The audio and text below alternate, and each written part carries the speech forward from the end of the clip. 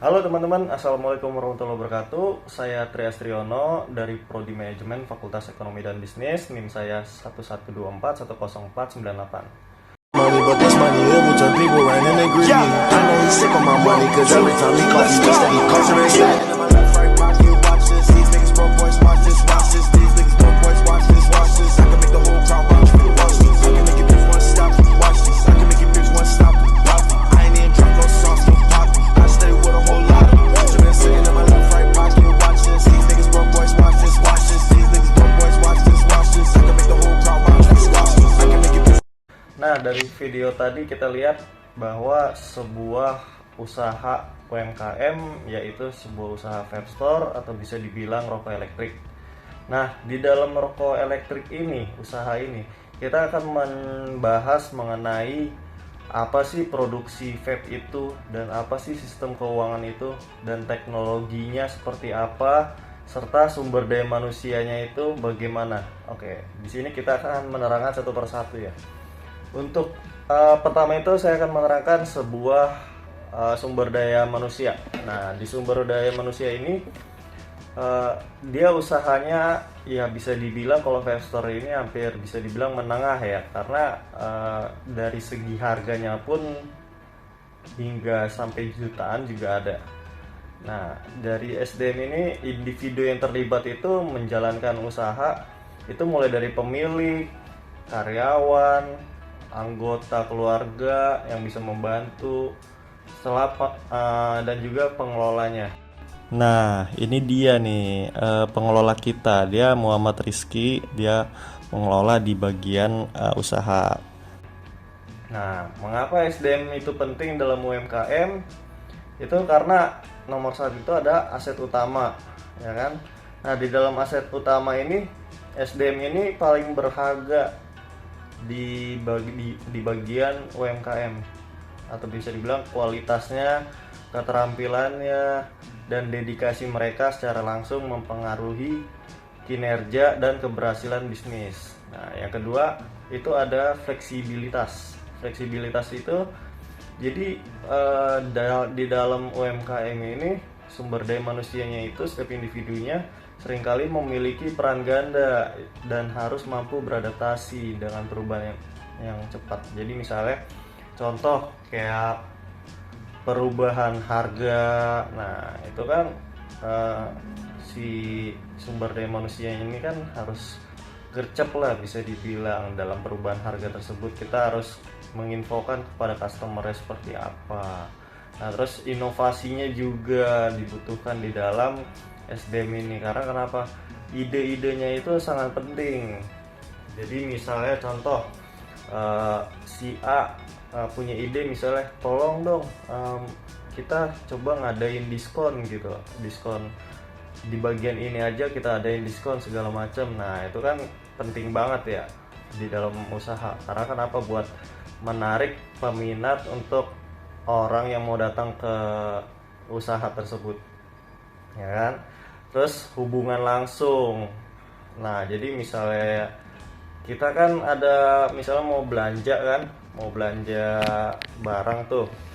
Nah, mau belanja barang berarti otomatis kita butuh orang dong. Karena kenapa? Kita nggak tahu nih apa yang mau dibelanjakan kan. Akhirnya kita butuh SDM tersebut. Nah, dia melayanilah pelanggan tersebut. Jadi keluhannya seperti apa, dia mau cari apa, pokoknya lebih ke arah interaksi deh, sehingga kualitas pelayanan menjadi sangat penting. Nah, tantangan apa nih yang di dalam SDM ini, di dalam UKM ini, tantangan SDM-nya vape ini? Kenapa? Karena tantangannya itu yaitu meliputi keterbatasan sumber daya nih, ya kan? Tantangannya, jadi misalnya contoh yang harusnya dibutuhkan dalam sebuah perusahaan UMK ini misalnya dibutuhkan 3, tapi nyatanya kita baru dapat cuma 2, otomatis kan kita kekurangan sumber daya manusia nih, SDM-nya si SDM. Karena kenapa? Kita misalnya kewalahan, satu melayani, satu lagi di kasir, satu lagi misalnya ada customer lagi pas posisi rame kan kita nggak bisa menghandle nya, ya kan. Jadi otomatis SDM-nya ini harus disesuaikan dari segi jumlah, seberapa besarnya, seberapa banyaknya customer yang akan masuk. Nah, terus perputarannya juga, perputaran karyawan di sini tuh lebih tinggi ya, karena bisa dibilang tuh kalau misalnya dia kan namanya usaha UMKM ya, kita ngebayar karyawan ya nggak sebanyak seperti kita kerja di PT. Jadi ya ibaratnya ya standar UMKM lah seperti apa kan. Kadang misalnya contoh dia sudah dapat pekerjaan, nah otomatis kan dia langsung resign tuh. Soalnya nggak ada, rata-rata tuh UMKM itu nggak ada yang keterikatan kontrak, contoh kayak tanda tangan gitu, itu nggak ada rata-rata. Karena kenapa? Dia pengen nyari usaha yang sementara, jadi pekerjaan yang sementara. Nah, pekerjaan sementara ini dia tuh kok layarnya jadi ini ya. Nah, jadi pekerjaan sementaranya ini sambil menunggu pekerjaannya inti. Contoh dia lagi nunggu di perusahaan lain, akhirnya dia bekerja di usaha UMKM ini. Nah, jadi kurang keterbatasannya itu, dan perputaran karyawannya itu tinggi. Jadi nggak selalu orang itu aja yang bakal kerja di situ. Terus juga tantangannya itu ada pada kurangnya struktur organisasi. Jadi seringkali memiliki struktur organisasi yang lebih sederhana, sehingga pengelolaan SDM-nya jadi lebih kompleks. Nah, di dalam SDM ini itu ada beberapa aspek. Nah, aspek yang sangat penting di dalam pengelolaan SDM UMKM. Jadi bisa dibilang ada seseorang yang ibaratnya kayak owner gitu, untuk memperkenalkan suatu usaha dan mencari karyawan yang benar-benar berdedikasi tinggi. Jadi banyak aspek-aspek penting dalam pengelolaan SDM. Jadi contohnya pertama itu ada kayak rekrutmen dan seleksi. Dia jadi harus cari benar-benar orang yang berpengalaman, apalagi di bidang vape. Di bidang vape ini atau rokok elektrik ini dia sangat kompleks ya bisa dibilang. Soalnya kenapa? Kalau orang yang belum punya pengalaman di bidang vape itu akan susah, karena satu, dia kan banyak ya, nanti saya jelasin deh teknologi seperti apa setelah SDM ini.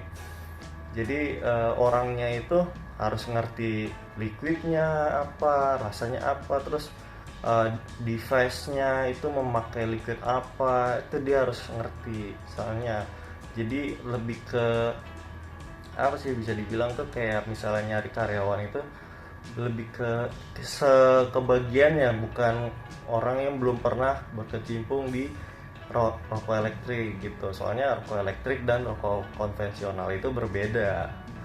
Nah, terus juga kita harus cari kompensasi dan benefit untuk si orang calon karyawannya ini. Jadi kita ngasih penghargaan yang adil dan kompetitif kepada karyawan lain.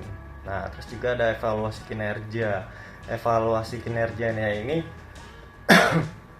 jadi kita harus tahu, misalnya contoh jam masuknya dia, jam pulangnya dia, kerjanya ngapain aja gitu. Kita harus tahu. Nah, terus bagaimana cara kerja dia menghandle customer, itu kita harus tahu, kompleks lagi. Jadi kayak kita benar-benar nyari orang yang cocok nih untuk di usaha kita nih ya kan. Terus juga kita harus kasih motivasi yang tinggi sama dia.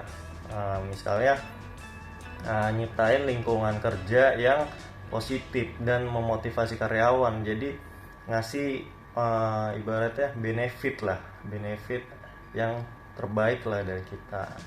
Nah, seperti itu. Jadi untuk mengelola SDM di UMKM ini fokusnya pada keterampilan. Jadi kasih pelatihan yang sesuai, terus komunikasikan dengan baik, dan libatkan karyawan jika ada masalah. Karena kenapa? Kalau nggak ada karyawan kita nggak akan tahu. Maksudnya ini kendalanya di apa nih ya kan. Terus juga nanti kan ada namanya stock of name. Stock of name ini kan kita otomatis ngecek nih barang-barang apa aja nih dicocokin sama data ya kan. Kalau datanya nggak sesuai kan ini karyawan kan yang harus bertanggung jawab, soalnya yang di si outlet ini pasti karyawan, nggak ada lain ya kan. Nah terus dari kesimpulannya ini intinya dalam SDM ini kita harus menciptakan jadi jangan terlalu keras juga, nah jangan terlalu lembut juga. Nah dalam SDM ini di Vape Store, AMV Vape Store ini AMV Vape Store ini itu dia punya 4, jadi satu pengelola, 3 anak buahnya yang bagian kasir, 1 bagian buat online, 1 lagi buat customer, jadi saling backup kadang-kadang. Nah jadi segitu aja seputar SDM. Kita akan membahas seputar produksi dari vape ini. Oke. Tadi kan kita sudah membahas SDM ya, sekarang kita akan membahas produksi di bidang usaha vape ini. Nah, jadi apa sih produksi pada vape ini? Nah, barang-barang itu apa aja sih?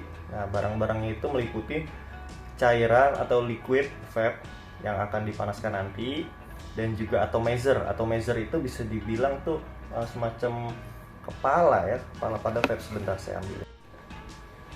Nah, ini dia nih, saya bawain langsung sampelnya. Nah, di sini tuh dia sebutannya atomizer atau bisa dibilang itu kepalanya yang letak dia menaruh liquid. Jadi ini kan bisa dilihat tuh.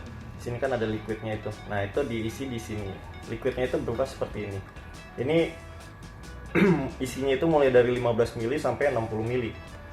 Nah, jadi di antara vape dan liquid ini saling berkolaborasi. Kan kalau rokok itu kan bisa dibilang kan dia cuma pembakaran ya, kalau ini dia pemanasan, jadi berbeda. Yang dihasilkan rokok konvensional itu dia uap, maksudnya dia yang dihasilkan itu asap. Nah kalau vape ini dia dihasilkan itu uap. Nah jadi di dalam ini dia juga ada 2 macam, satu lagi berupa pods yang disebut pods itu yang kecil, nah satu lagi ini sebutannya device-nya itu mods gitu. Dan juga di dalamnya ada baterainya ya, soalnya kalau nggak ada baterai, karena kan rokok elektrik sudah pasti ada baterai. Di dalamnya pun dia ada kawat dan kapas. Nah kapasnya itu nanti bercampur dengan si liquid ini, jadi otomatis nanti pemanasannya itu menghasilkan uap gitu, jadi bukan asap. Nah dari produksi itu ada beberapa macam sih. Ada di dalam liquid ini dia berupa ada nikotin, mengandung nikotin, propylene glycerin sama vegetable oil. Jadi bahan-bahannya itu memang bahan-bahan makanan rata-rata yang dipakai, bahan-bahan kue. Jadi bisa dibilang sih ya cukup aman sih dibanding kita langsung banding rokok biasa ya, rokok konvensional, soalnya dia tipenya pemanasan. Nah terus faktor apa sih yang mempengaruhi liquid ini? Nah jadi faktor yang mempengaruhi liquid ini ada berbagai macam. Dia ada dari pemerintah, karena kenapa? Si liquid ini hampir sama seperti rokok konvensional, dia terdapat cukai juga. Nah cukainya itu tiap tahun itu naik seperti rokok konvensional biasa. Nah dan juga harga-harganya pun juga berbeda-beda ya, jadi dari mulai yang harga 40 hingga sampai ratusan juga ada, jadi bervariasi ya. Nah produksinya itu jadi si liquid dan si device-nya ini. Nah untuk seputar kapas tuh itu ada lagi produksinya. Untuk seputar coil atau sebutan ringannya itu kawatnya itu digulung. Nah itu nanti dimasukin kapas, itulah yang menghasilkan si uap tersebut gitu. Oke, dari sini saya cukup jelas ya mengenai produksi di bidang vape ini, karena produksinya itu dia ada PT-nya lagi. Jadi si Liquid ini dia mempunyai PT dan ini juga mempunyai PT semua. Gitu. Cuman rata-rata kalau untuk device ini kita masih impor rata-rata, belum dari dalam negeri. Rata-rata kita import dari berbagai macam negara. Gitu. Oke, selanjutnya kita akan beralih ke sistem keuangan dalam usaha vape. Nah, oke. Tentu mari kita bahas sistem keuangan dalam usaha vape. Maksudnya sistem keuangannya ini bagaimana sih pengelolaannya, kasnya, perencanaannya, pengendalian biayanya, pencatatannya bagaimana, ya kan? Kita harus kelola dengan benar. Karena usaha ini bukan main-main ya. Harganya itu bisa dibilang over sih untuk barang sekecil itu. Harga itu bisa sampai jutaan, bahkan puluhan juta juga ada. Nah, jadi harganya itu memang bervariatif ya, bisa dibilang untuk kelas-kelas menengah ke atas lah. Kalau zaman dulu saya nge-vape itu kan, saya mulai nge-vape itu 2015. Nah, 2015 itu harganya itu memang lebih tinggi. Ibaratnya satu mesinnya itu, satu device-nya itu bisa dibilang harga 800, 900, beda sama sekarang. Kalau sekarang karena mungkin sudah banyaknya konsumennya ya, jadi mungkin dibuat lebih ringan lah ya untuk pembelanjaannya. Dan juga dijual di toko-toko juga banyak sekarang, udah kayak jamur deh. Jadi nggak perlu takut kehabisan segala macam. Soalnya kita sudah resmi gitu ya, beda sama waktu pertama kali saya nge-vape tuh belum resmi gitu, masih ngumpet-ngumpet lah jualannya. Nah, jadi sistem keuangannya ini, pengelolaan kasnya ini, dia arus kasnya itu keluar dan masuknya itu harus jelas. Jadi untuk menghindari kekurangan modal atau kelebihan stok. Karena kenapa? Kalau minus atau plus ya, itu akan menjadi beban tanggung jawab si karyawan tersebut yang ada di outlet tersebut. Nah, terus perencanaan keuangannya membuat proyeksi pendapatan dan pengeluaran untuk ngambil keputusan bisnis yang lebih baik. Jadi contoh, kita misalnya usaha seperti itu, kita pengeluarannya berapa, pemasukannya berapa. Kalau memang udah nggak sinkron gitu ya, nggak ada lebihnya gitu, lebih baik kita untuk rencana untuk cari bisnis lain gitu kan, karena udah pasti usaha tersebut nggak akan berjalan lancar ya kan. Jadi kita harus mikir ke depan, udah siap untuk bargaining posisi ya. Misalnya usaha ini udah nggak bagus nih, bisa dibilang tuh anak sekarang tuh cuma FOMO doang, cuma tren doang ya kan. Nah, kalau cuma tren doang rata-rata paling cuma beberapa tahun, habis itu udah gitu aja ya kan. Cuman pengen nyoba apa sih, vape ini seperti apa sih ya kan. Nah, jadi kita harus cari tahu juga perencanaan keuangannya seperti apa. Nah, terus juga ada lagi pengendalian biayanya. Pengendalian biayanya ini jadi yang tidak perlu dibeli, contoh bukan barang fast moving. Bukan barang fast moving nggak usah kita beli ya kan, karena kenapa? Itu bakal jadi dead stock di usaha ini. Jadi usaha ini itu harus benar-benar kita tahu nih barang yang cepat keluar itu apa gitu kan. Nah, kita harus mengoptimalkan tuh pengeluarannya itu gitu. Terus dan juga evaluasi kinerjanya, evaluasi kinerja karyawan dalam menyusun uang, terus merapikan uang itu harus jelas gitu kan. Jadi supaya nggak ada kecemburuan sosial lah, bisa dibilang. Kayak misalnya si A nih melakukan pelanggaran nih masalah keuangan ya kan, kita harus tahu ya kan. Pokoknya di bagian usaha ini komponen utama sistemnya itu ya udah tetap keuangan. Karena kenapa? Buat muterinnya lagi ya kan. Kalau nggak bisa muterin stuck gitu aja kan ya otomatis bangkrut dong ya kan. Pembukuannya pokoknya harus jelas, pencatatan transaksinya. Nah, nanti untuk pembukuan pencatatan transaksinya nanti saya kasih tahu lebih detail di teknologi ya, nanti saya infokan ya. Jadi laporannya, persediaan barangnya. Jadi kita buat dia tuh memakai sistem Excel gitu lah. Di dalam Excel itu dia ada laporan keuangan itu, jadi secara berkala. Laporan keuangannya itu mulai dari harian, mingguan, hingga bulanan ya kan. Sampai tahunan juga ada. Jadi laporan laba ruginya juga dalam neraca juga ada juga dia dibuat. Jadi sangat jelas lah untuk usaha ini. Nah, dibanding soalnya dia usahanya itu lumayan besar sih memang kan. Dia benar-benar niat gitu membuka usaha ini gitu kan. Nah, persediaannya juga, pencatatan stok barangnya juga harus jelas ya kan. Anggaran untuk belanja apa, terus analisis varian itu juga harus jelas. Nah, kebetulan memang ada pengurus-pengurusnya. Jadi di 4 orang SDM ini dia ada pengurusnya untuk mengajukan persediaan, terus anggarannya, analisa varian yang laku-lakunya apa. Nah, itu ada juga. Nah, jadi contoh ya. Ini ada satu contoh ya. Ini ada orang misalnya kita buka usaha nih.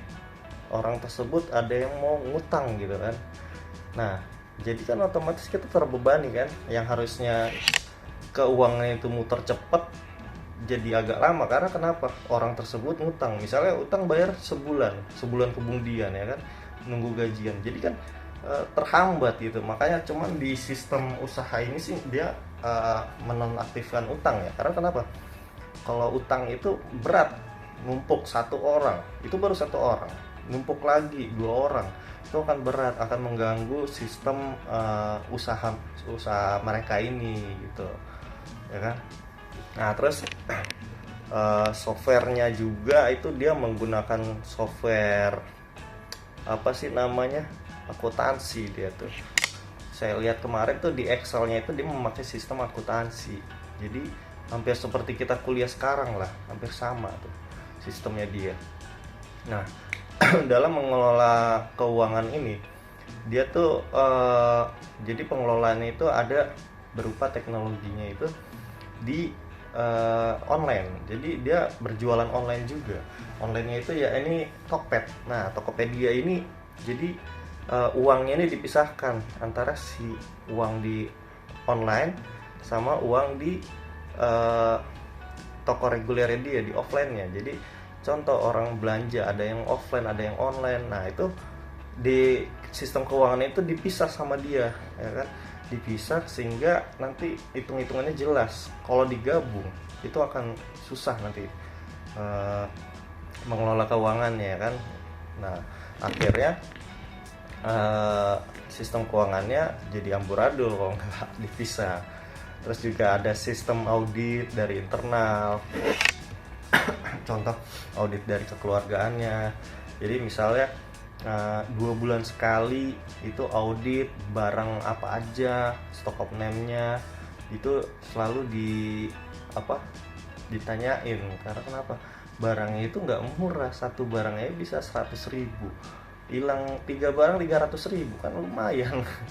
Jadi kalau benar-benar nggak ini mah mendingan udah. Makanya pentingnya nyari SDM yang bagus tadi ya kan. Oke, dari sini sistem keuangannya udah panjang lebar, udah jelas saya jelasin. Kita akan lanjut ke sistem teknologi. Oke, kita akan membahas terakhir di bagian teknologi dalam usaha UMKM vape ini. Nah, jadi di teknologi ini itu kita bahas satu persatu ya, dari bidang vape-nya dulu ya, di device-nya, perangkatnya. Nah, ini nomor 1 itu perangkatnya ya. Teknologi ini perangkatnya itu device-nya ini dia menggunakan chipset. Bisa dibilang kayak di HP itu ada Snapdragon ya kan, ada iOS gitu. Itu chipsetnya di dalam device ini. Nah, chipsetnya itu bermacam-macam juga tipe-tipenya. Dan juga ada si coil atau bisa dibilang kawat. Saya nggak punya contohnya lagi ya. Kawatnya itu nanti yang ngelapisin si kapas sehingga menghasilkan uap gitu kan. Nah, dan juga ada liquid vape yang tadi saya bilang nih. Ini termasuk dalam teknologi ya. Ini flavornya atau rasanya itu juga macam-macam, buah-buahan, kue-kuean juga macam-macam. Cuman rata-rata bahannya itu memang dibuat dari bahan-bahan kue ya. Dia termasuk dalam apa sih, liquid itu cair gitu. Maksudnya ada juga yang rasa tembakau, tembakonya bukan tembakau buat dibakar, tembakau cair gitu kan. Nah, terus juga ada produksi massal. Jadi ya semuanya diproduksi massal, dari seputar liquid, seputar device-nya, seputar atomizer-nya, dia diproduksi massal. Nah, cuman kalau untuk produksi pribadi itu rata-rata penjualnya itu menjual koil. Jadi contoh, ada penjual di luaran sana gitu kan, itu menjual koil. Nah, koil itu atau bisa dibilang kawat yang dijual ke outlet-outletnya. Jadi dia usaha sendiri gitu kan. Nah, akhirnya dijual ke outletnya, misalnya harganya cocok, kadang diambil kalau emang rasanya. Soalnya kawat, kapas itu sangat mempengaruhi rasa gitu kan. Rasanya itu, taruhlah ini liquid sama, cuman misalnya kawatnya beda, kapasnya beda, itu akan ngaruhin liquid banget, akan ngaruhin rasa banget. Nah, dan juga teknologinya di dalam UMKM AMV Vape Store ini, dia menggunakan teknologi Osera ya. Nah, bisa dilihat teknologi Osera ini dia sudah lengkap ya. Jadi dari seputar penginputan barang, stok barang, terus jam masuk karyawan, segala macam itu lengkap. Dia karena menggunakan sistem prabayar gitu kan, atau bisa dibilang kita bayar tiap bulan gitu. Kita misalnya cuman ada paket-paketnya ya, ada paket misalnya dapat tab gitu kan, dapat bisa buka program ini itu ya macam-macam lah. Osera ini paket-paketnya. Cuman kalau dari vape ini menggunakan usaha ini menggunakan Osera. Nah, untuk teman kan mungkin di luar sana juga banyak ya, ada kasir, mayo ya kan, maju gitu kan, macam-macam ya. Cuman ya bervariasi lah, maksudnya tergantung pengelolanya dia atau ownernya, dia mau memakai apa ya kan. Nah, terus juga pemasarannya, teknologi pemasarannya ini dia menggunakan media sosial ya, media sosial berupa Instagram, terus juga Tokopedia dia jual. Jadi yang tadi saya bilang, Tokopedia itu sangat berpotensi, walaupun ibaratnya harganya juga berkompetitif ya kan. Jadi tetap nomor satu karena dia sudah lama juga kan, sudah lama dan juga sudah terkenal gitu kan usahanya.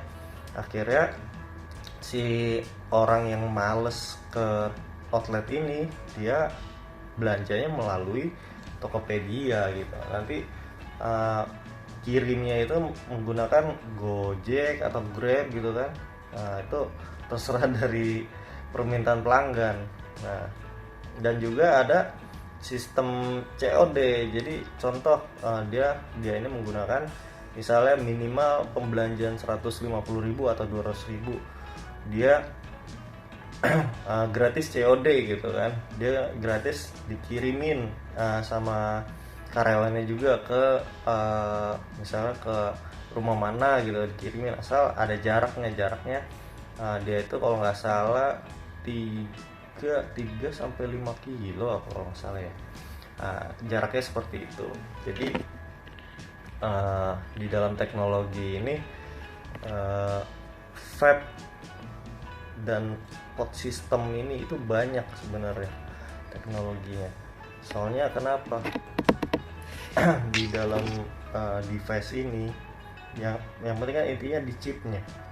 Nah, chipnya itu dibuat ke pot, saya bisa sebutannya ditaruh di pot itu bisa juga.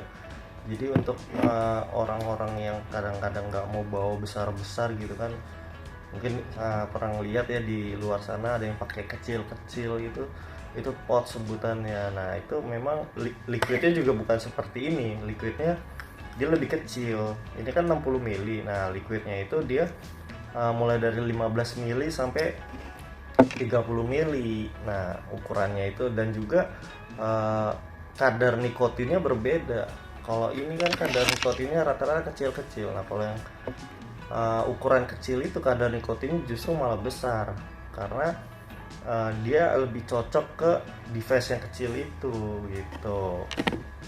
Nah dari kesimpulan ini, teknologi yang digunakan ini dia memainkan peran yang sangat penting dalam industri vape ini, ya kan, dalam industri UMKM ini. Jadi dari industri ini tuh diharapkan ya dapat menghasilkan produk yang lebih aman lah, ya kan, lebih berkualitas, dan dapat memenuhi kebutuhan konsumen yang makin beragam lah. Dia mintanya seperti apa, namanya kebutuhan konsumen, ya kan. Oke, gitu aja dari saya, Tri Astriono. Semoga apa yang saya terangkan dapat dicerna teman-teman dengan baik, ya kan. Mohon maaf jika ada salah-salah kata. Oke, assalamualaikum warahmatullahi wabarakatuh. The feds is watching, niggas plotting to get me. Will I survive? Will I die? Come on, let's picture the possibility giving me charges. Lawyers making a grip. I told the judge I was raised wrong, and that's why I blaze shit. Was hyper as a kid, cold as a teenager. On my mobile calling big shots. On the scene major, packing hundreds in my drawers. Fuck the law, bitches I fuck with a passion. I'm living rough and raw, catching cases at a fast rate, falling in the fast lane. Hustle till the morning, never stop until the cash came. Live my life as a thug nigga until the day I die. Live my life as a boss player, cause even getting high, these niggas got me tossing shit. I put the top down, now it's time to floss my shit. Keep your head up, nigga, make these motherfuckers up. A game sharper than the motherfucking razor blade. Save money, bring bitches, bitches bring lies. One nigga's getting jealous and motherfuckers die. Depend on me like the first and 15. They might hold me for a second, but these folks won't get me. We got 4 niggas and low riders and ski masks screaming thug life every time they pass.